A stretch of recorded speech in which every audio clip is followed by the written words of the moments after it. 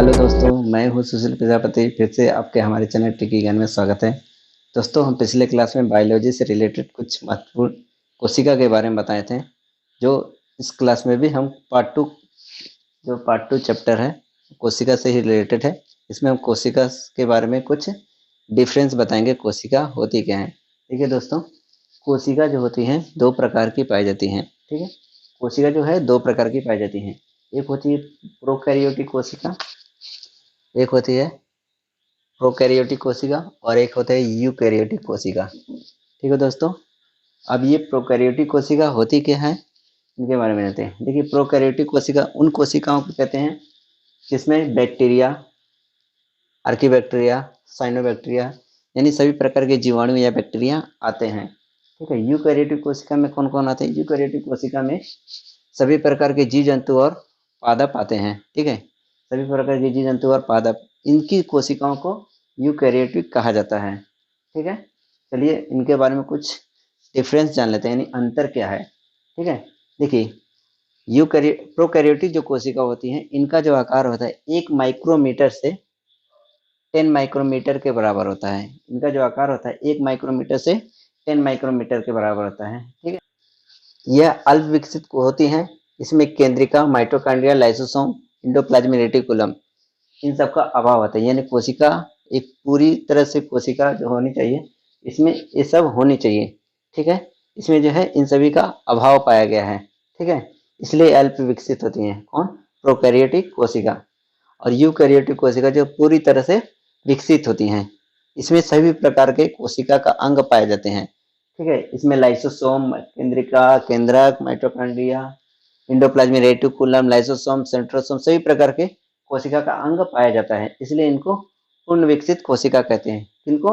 Eukaryotic कोशिका में। ठीक है, इसमें देखिए 70S प्रकार का राइबोसोम पाया जाता है। ठीक है, और इसमें 80S प्रकार का राइबोसोम पाया जाता है।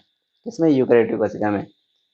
प्रोकैरियोटिक कोशिका में इसमें लैंगिक जनन नहीं होता है, यानी इसमें किसी प्रकार का लैंगिक सेक्स नहीं होता है, लैंगिक जनन नहीं होता है। और इसमें जो है लैंगिक जनन अंग होता है। ठीक है, यानी इसमें देखिए लैंगिक जनन अंग का मतलब होता है अलैंगिक, जिसमें बिना लैंगिक जनन किए दूसरे जीव जंतु का दूसरे जीवाणुओं का निर्माण हो जाता है।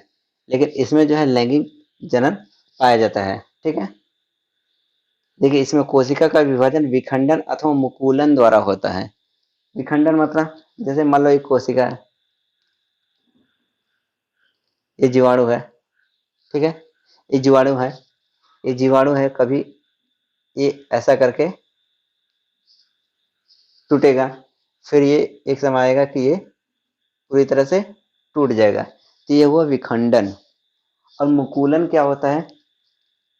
हाइड्रा एक प्रकार का पादप वाला जंतु है। ठीक है, ये हाइड्रा होता है। इसमें जो होता है इस तरह से होता है। इसमें मुकुलन विधि द्वारा होता है। एक समय आता है ये जो चीज है निकला हुआ इसका भाग, एक समय आता है, एक समय आता है ये टूट करके अलग हो जाता है। तो जब इसी के अंग से अलग होता है, कहने का अर्थ है तब ये मुकुलन विधि द्वारा होता है, इसी में से अलग होता है। और ये इसमें क्या होता है, इसके शरीर से पूरी तरह से टूटता है। तो ये विखंडन और मुकुलन, आशा है कि आपको पूरी तरह से समझ में आ गया। इसमें जो कोशिका का विभाजन समसूत्री और अर्धसूत्री होता है। समसूत्री का मतलब होता है, मान लीजिए आपको चोट लग गया या खरोच आ गया, कुछ भी हो गया, तो कुछ दिन के बाद देखिएगा कि वो अपने आप ठीक होने लगता है। ये कौन सी विधि से होता है? ये समसूत्री विभाजन होता है। उसमें क्या होता है? समसूत्री विभाजन होता है। अर्धसूत्री विभाजन किसमें पाया जाता है? अर्धसूत्री जो विभाजन होता है, ये जब कोई बच्चा भ्रूण अवस्था में रहता है, जब तक माँ के कोख में रहेगा तब तक उसमें अर्धसूत्री विभाजन होता है। ठीक है दोस्तों, उसमें कोशिकाओं का विभाजन जो है अर्धसूत्री से तरीके से होता है।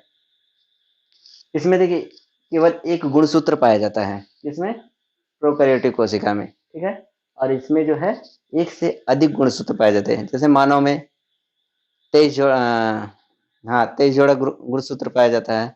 ठीक है, यानी 46 क्रोमोसोम। ठीक है, हिंदी में गुणसूत्र बोलते हैं, इंग्लिश में क्रोमोसोम बोलते हैं।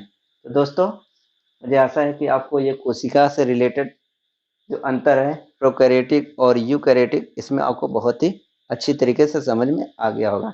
चलिए दोस्तों, नेक्स्ट क्लास में हम पार्ट 3 कोशिका के बारे में बताएंगे। ओके, थैंक यू, धन्यवाद।